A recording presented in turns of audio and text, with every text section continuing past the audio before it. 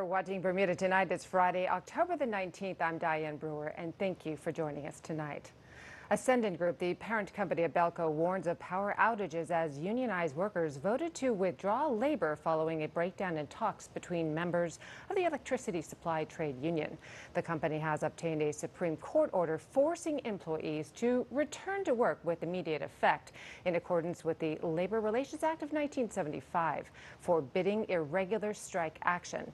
They expect the ESTU will comply with the order and normal operations will resume. Mike Sharp fills us in on what happened earlier today. Hundreds of Belco workers have voted to strike after a move to resolve a dispute over redundancies failed. A spokesperson for Ascendant Group, the parent company of Belco, said, due to a lack of manpower, they cannot guarantee full electrical supply to the island, and there's a likelihood of widespread outages. The president of the Electricity Supply Trade Union, ESTU, Donald Lottimore, spoke to the press at 1:15. Up until last night, when we met with the board of Ascendant, it was our hopes that our demands would be met. Unfortunately, though some were addressed, we had to bring the information that we gathered from those meetings back to our membership. Our membership then took a vote, and as of right now, the work rule has been halted, and we are now withdrawing our labor in order to make sure that the membership's demands are met. The ESTU have requested the removal of Ascendant CEO Sean Durfee and CFO Robert Schaefer. They did a presentation and said that they hear our concerns and are looking forward to speaking to them, but there was no concrete or final decisions made. The board was there in its entirety, and our representatives of the executive were there, and but there was no concrete takeaways from that meeting. But the key issues that the membership were disturbed were not addressed, were indeed dealing with Mr. Durfee and Mr. Schaefer's removal. Another issue that has ESTU members up in arms is the attempted move to strip retired workers of their health benefits and the high cost of electricity. A lot has been made of the cost of our electricity, and they are, in the course of these redundancies, using cost savings as the justification. And we, as a union body, have made considerable sacrifices over the past 10 years. People have signed up to come to work for Belco for certain benefits.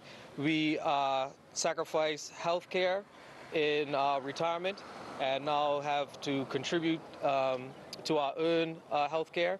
They actually tried to take the health care away from people who are already retired.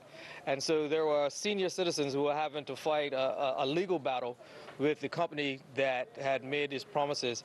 And luckily they were successful with our help in defending that. Mr. Lottimore said there is a strong likelihood there will be power outages. The key part of the dispute is, and one part is the respect of the employees that we feel that this particular CEO doesn't have.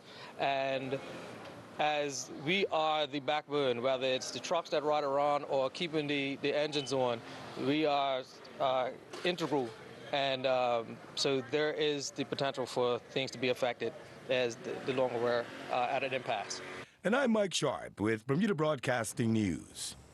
Premier David Byrd, in a release tonight, called Ascendant's announcement on the possibility of power outages unhelpful, considering the need for both sides to work together in the best interests of Bermuda. Home Affairs Minister Walton Brown Jr. confirmed that discussions are ongoing with the ESTU as, quote, this dispute has emphasized the importance of the issues at stake, and where possible, this ministry will work to bring the parties together to achieve some resolution, end quote.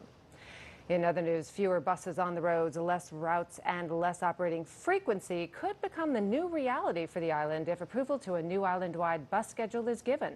The Bermuda Broadcasting Company has obtained a copy of a memo to all Department of Transportation staff proposing the schedule. A new bus schedule has been talked about for years, but before now, no sign of a breakthrough. Tarai Trott brings us the story. The memo comes from the director of the Department of Public Transportation, sent out to all DPT staff on October 18th. It talks about the new proposed bus schedule, which, if approved, would see the total number of buses required at peak times at 50 buses, down from 88. Transportation officials say the proposals would last a year and would be reassessed after that time period, with any necessary adjustments made. Features of the proposed schedule include a plan for all Route 7 and 8 buses traveling west to terminate at the Dockyard Depot. Likewise, all Route 10 and 11 buses heading east would terminate at the St. George's Depot. Consequently, there would be no buses terminating or starting at the Grotto Bay Beach Resort and Barnes Corner. A striking difference in the new schedule is the lower frequency of buses during non-peak times. For instance, Route 11 off-peak service will be reduced to run hourly. During the morning peak time, buses on that route would run every 15 minutes, and in the evening times run every 30 minutes. Route 5 to Pond Hill and Pembroke would run every hour during off-peak times. During the morning and evening peak times, it would run every half hour.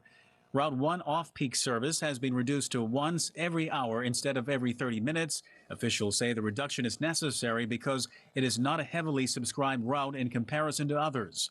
DPT appears determined to cut down on routes that are not popular. In the case of Route 6 servicing St. David's, it would run once an hour at off-peak times and every half hour during the morning and afternoon high-demand periods. The last bus into St. David's would be at 8:40 in the evening. However, the run into Clearwater Beach has been suspended due to low utilization and a limited fleet availability. On a given day, there are, on average, 55 buses in service. The new schedule requires 50 buses to operate compared to 88 buses for the existing schedule. A source close to the situation tells Bermuda Broadcasting News the schedule must be approved by the Allied Workers Division of Bus Drivers according to their collective bargaining agreement. It remains far from clear if operators will automatically approve the proposed schedule, with operators unable to agree to other proposals in the past. Some bus drivers are said to be unhappy with the plans, as it would mean fewer opportunities for overtime due to fewer routes and the overall reduction of the size of the service. The thinking is that the island's bus services can function on a much more smaller and efficient scale for at least a year, allowing government to stabilize the ailing service, which for years has been stricken with failing buses and a lack of key staff. The memo states the proposed schedule offers a more accurate provision to the people of Bermuda. Meetings will be held with all staff to speak to this initiative. Feedback will be solicited and staff engaged. Once this process is completed, word will be sent to the public. Tarai Trott reporting for Bermuda Broadcasting News.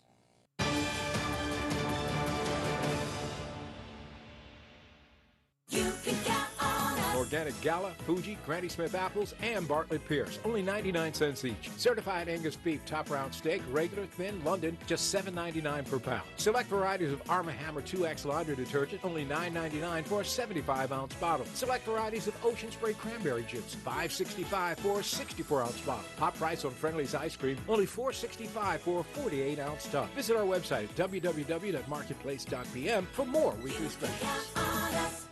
If you're looking for the cheapest, easiest way to bring your online shopping to Bermuda, choose U.S. Express at mailboxes. I enjoy the service a lot. It's very fast. U.S. Express is always on time, and they always call you to come get your goods on time.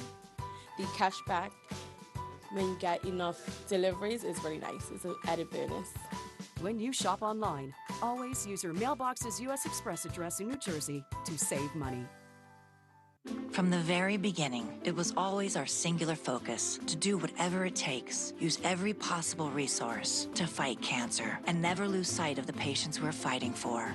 Our cancer treatment specialists share the same vision. Experts from all over the world working closely together to deliver truly personalized cancer care. And these are the specialists we're proud to call our own. Expert medicine works here. Learn more at cancercenter.com. Appointments available now.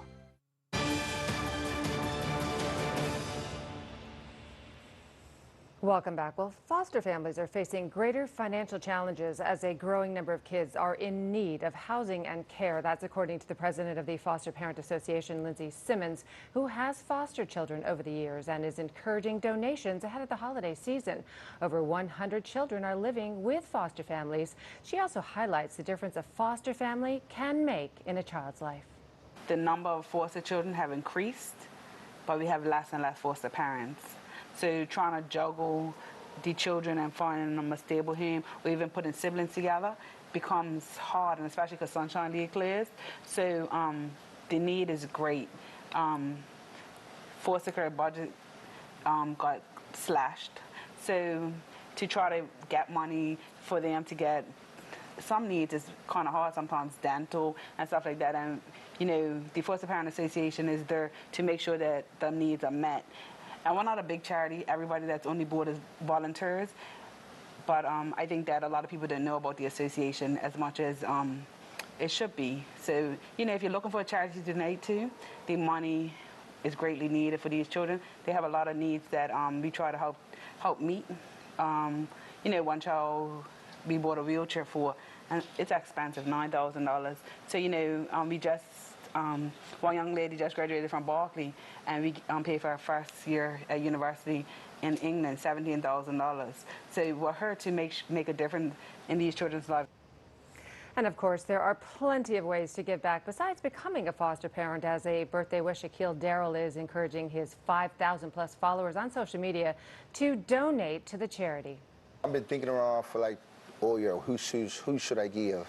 And then along came, I got a job at Rosa's, and I ran into Lindsay, and I told her what I plan on doing. And she told me about the foster kids and everything. And then I realized her foster kid is my little cousin. So and when she told me the information about they get $400 a month, and I was like, wow, to me personally, I think it's disgusting. Because I think $400 doesn't get you far. So I said, I'm going to do that for my birthday. So with my 4,000 or 5,000 people on Facebook followers and Instagram, I said I'll just put up for my birthday, instead of giving me a gift, donate money towards the Foster Kids Association. Again, you can reach out and get in touch to find out how to donate by calling Lindsay Simmons on 505-7764 or by calling Rosa's Cantina. Turning to weather news, some cooler temperatures coming, a nice sign of fall. As you can see from our tower cam, some clouds and a few spots of light rain. Let's go to AccuWeather headquarters for our weekend outlook. AccuWeather is presented by BF&M Insurance Group. We now go to AccuWeather headquarters. The BF&M Insurance Group is pleased to bring you tonight's AccuWeather forecast. I'm AccuWeather meteorologist Brittany Boyer, and well, we've been under the influence of some cooler air today, and you'll remember yesterday we had quite a bit of shower activity, just over a half of an inch of rain, and now we have high pressure that's starting to build in. You can see that we do have some scattered clouds out there, but otherwise it's not too bad as we step out the door on this Friday evening. Temperatures, though, a little bit cooler than what we're used to. Typical daytime highs right now, right around 79 degrees. We're in the low 70s, and we do have that wind coming in out of the northeast. A little bit breezy at times with winds 10 to 15 knots. Humidity is down, and I'd say that's kind of the takeaway from today's weather. Typically, we've had dew points in the upper 60s. Today, dew points have been in the 50s, so not quite that sticky air mass that we've been dealing with. The water temperature, 79 degrees. Waves inside the reef, 1 to 2 feet, and waves outside of the reef still running a little bit high, but nothing too bad, 4 to 8 feet. We will have to watch the waves, though, as we head throughout the day on Saturday, as we do have some advisories from the Bermuda Weather Service. For tonight, temperatures in the upper 60s. We'll call it partly cloudy here on the island and still a little bit breezy out there with that northeast wind. Our tidal times, we've got them right over here for you. I have mentioned that we do have some advisories from the Bermuda Weather Service. Our next small craft warning begins on Saturday night, and that also continues into Sunday as well. So heads up for anybody that might be heading out on the water. For your Saturday, a beautiful day, still breezy at times. Temperatures in the upper 70s, a low of 71 degrees for your Saturday night. So here's our big area of high pressure. That's what we're going to be under the influence as we head into the start of the weekend. And really, we're not tracking a whole lot, at least not until Sunday. Our next weather maker is going to be this cold front that'll be making progress off the East Coast. This will give us a chance of a shower or thunderstorm late in the day on Sunday. So it looks like Saturday is going to be the nicer of the 2 days this weekend. Hey, if you're doing any traveling, we have your forecasts here. Current conditions in Jamaica, Barbados, and Trinidad. Couple of spotty showers and thunderstorms. Otherwise, temperatures sitting in the 80s right now. And if you're getting away, here's a look at the Gateway forecast. 51 with showers in Toronto, Canada. Actually, there's some parts in the Northeast Saturday night that could have a little bit of snow. Thankfully, it's not nearly that cold here in Bermuda. Your extended forecast showing that Saturday we get into the upper 70s. Ahead of the front on Sunday, temperatures will be spiking up into the upper 70s, low 80s, but we'll have to watch for those showers and thunderstorms late in the day on Sunday. Behind it, another cool pocket of air. So heading back to work and school on Monday, mid 70s for your high temperatures, and then we'll stay nice and pleasant through the middle of the week.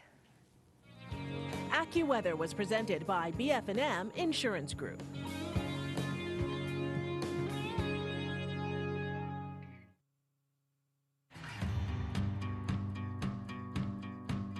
My name is Kevin Roberts. I'm a taxi driver / ambassador. My father's with BF&M, so am I.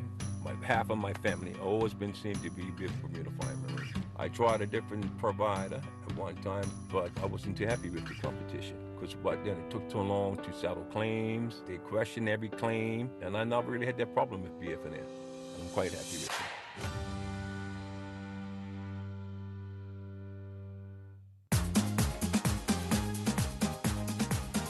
Win a trip or two to the 2019 Trinidad Carnival. When you purchase a car from Bermuda Motors, your name will be entered into a draw for a chance to win an all-expenses-paid trip for two, including flights, accommodation, and tickets to the Trinidad Carnival. Visit Bermuda Motors on Church Street or bermudamotors.bm.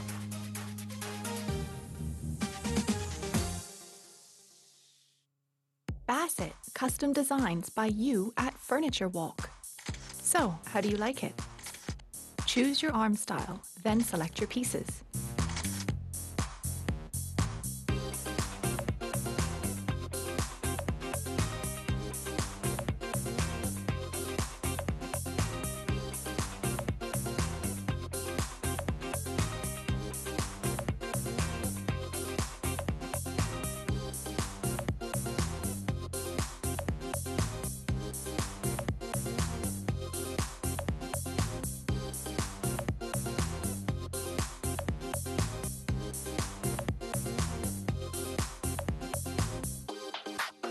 Special order exactly what you want. Your style, your way. Sofa, love seat, chair, sectional, you name it. Bassett, your style, your way at Furniture Walk.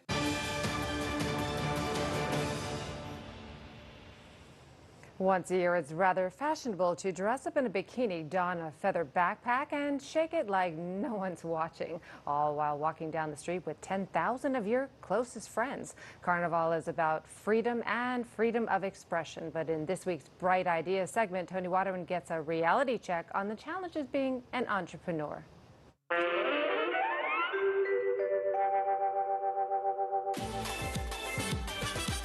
It's arguably the most colorful, the most bejeweled, and certainly the most feathered out event on the Bermuda calendar. The yearly event attracts thousands, including hundreds of visitors from as far afield as China.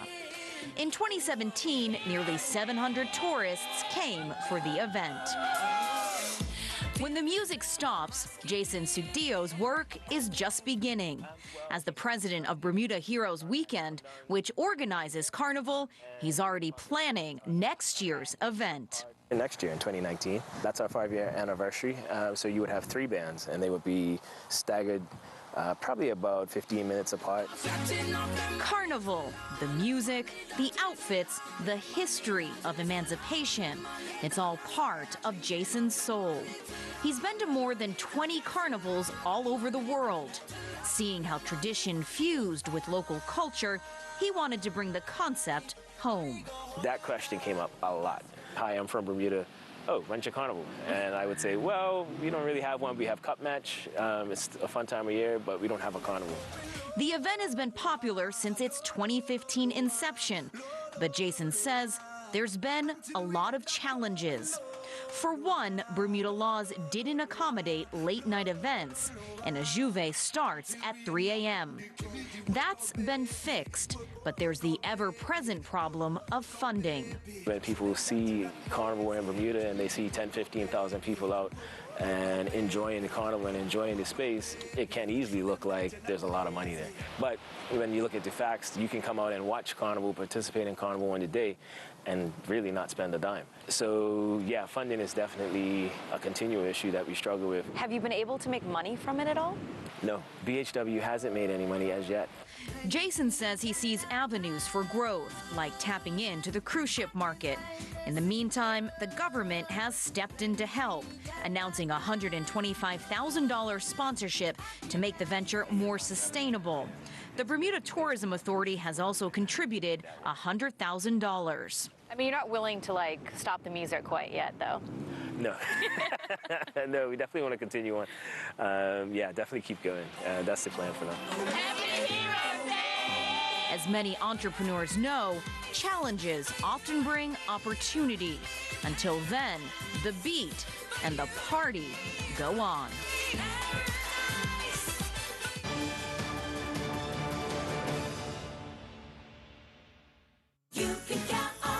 Save $1.10 on Purdue fresh chicken leg quarters, only $1.79 per pound. Pretty Lady red, white, and black seedless crepes, just $3.99 per pound. Charmin Essentials ultra soft or strong toilet tissue, just $2.99 for a 4-roll pack. Dettol surface and power kitchen cleaner, only $3.99 for a 750 milliliter bottle. Save 90 cents on Bounty Select-A-Size white paper towel, only $2.09 for 1 roll. Visit our website at www.marketplace.pf for more weekly specials. Philadelphia International Medicine provides international patients with access to a unique network of world-renowned doctors and surgeons that provide personalized medical and surgical care, connecting you to the U.S.'s leading healthcare specialists who are ranked among the best in the world. Healing is possible when you're confident in your healthcare team. To find out more, contact us at physicians@philadelphiamedicine.com or call 1-215-563-4733. At Big Savings Zone, we believe your children deserve a happy space to call their own, full of color and excitement, where their imagination can take flight from fun to functional. We have a delightful selection of kids' furniture built with the same quality that you've come to know and trust at our everyday low prices. Create a room that your little ones will love, only at Big Savings Zone. Open Tuesday through Saturday, 9 a.m. to 7 p.m. Located in the Commercial Park, Southside, St. David's. Call 297-4440 or click BigSavingZone.com. Big Savings Zone, making your house a home.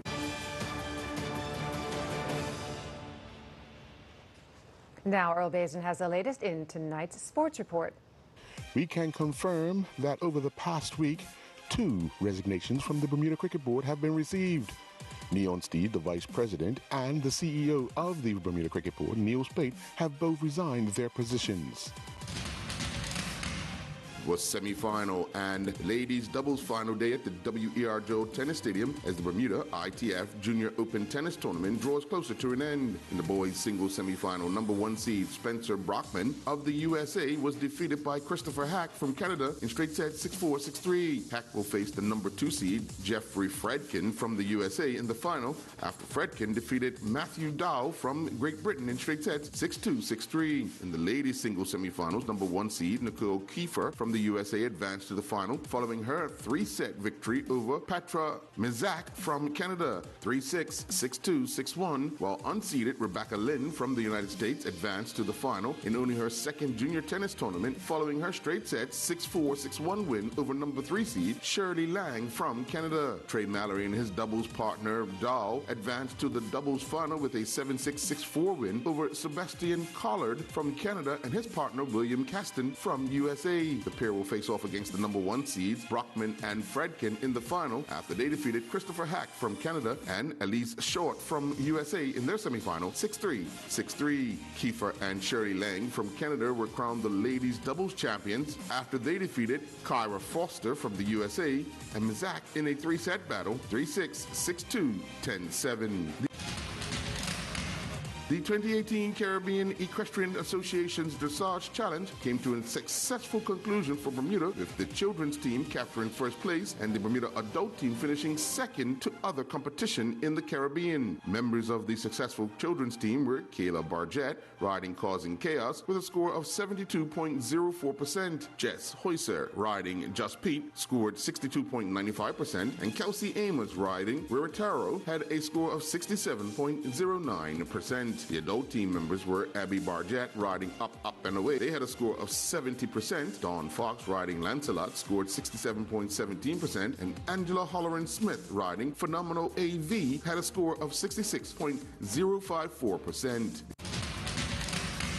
The Rubus Grade Squash Tournament continued inside the Bermuda Squash Rackets Association Club with a full slate of matches on day 2. Bermuda #1 and current professionally ranked 185th in the world, Noah Brown will meet Patrick Foster in the final after both players advanced in their semi-final matches. Brown defeated Anthony Fellows in straight games 11-6, 11-6, 11-7, while Foster needed 4 games to defeat Hadley Farah 11-5, 7-11, 11-5, 11-9. A total of 4 games needed a 5th game to decide a winner. In Division E action, Florin Radu defeated Jeffrey Redmond 11-7, 4-11, 11-7, 5-11, 11-5, while in Division F, Ian Fox defeated Mark Zool 6-11, 11-5, 11-4, 6-11, 11-7. For the 3rd year in a row, the ITU World Cup Series makes its mark in the South American country of Ecuador. This year, we'll see the country host a sprint distance race with both Erica Hawley and Tyler Smith in the field.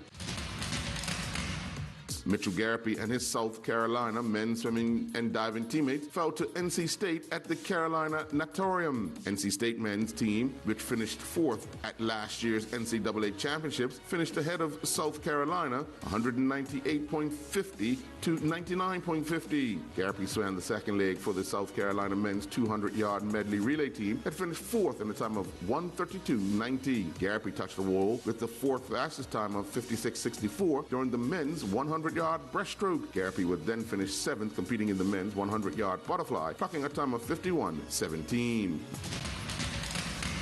Maha Clark and her Queen's University of Charlotte field hockey teammates suffered its first South Atlantic Conference Carolinas loss, falling 4-3 to Corker College. A goal from Clark in the 54th minute closed the gap to make it 4-3, but they could not find the equalizer. Week 7 of the Summersby Men's Classic Boating League saw play once again take place inside the work lanes. The TBI High Speeders defeated Team Electric 19-11. The New Mix-Ups defeated Team Relive 19-11, while Team Metro got by Team Amstel 24-6. The Gosling's Backseal team defeated Phones Plus 25.5 to 4.5. I'm Earl Basden with Bermuda Broadcasting Sports. Thanks, Earl. Well, that's our newscast for tonight. Thanks for sharing your Friday evening with us, everyone. Have a wonderful weekend. Good night.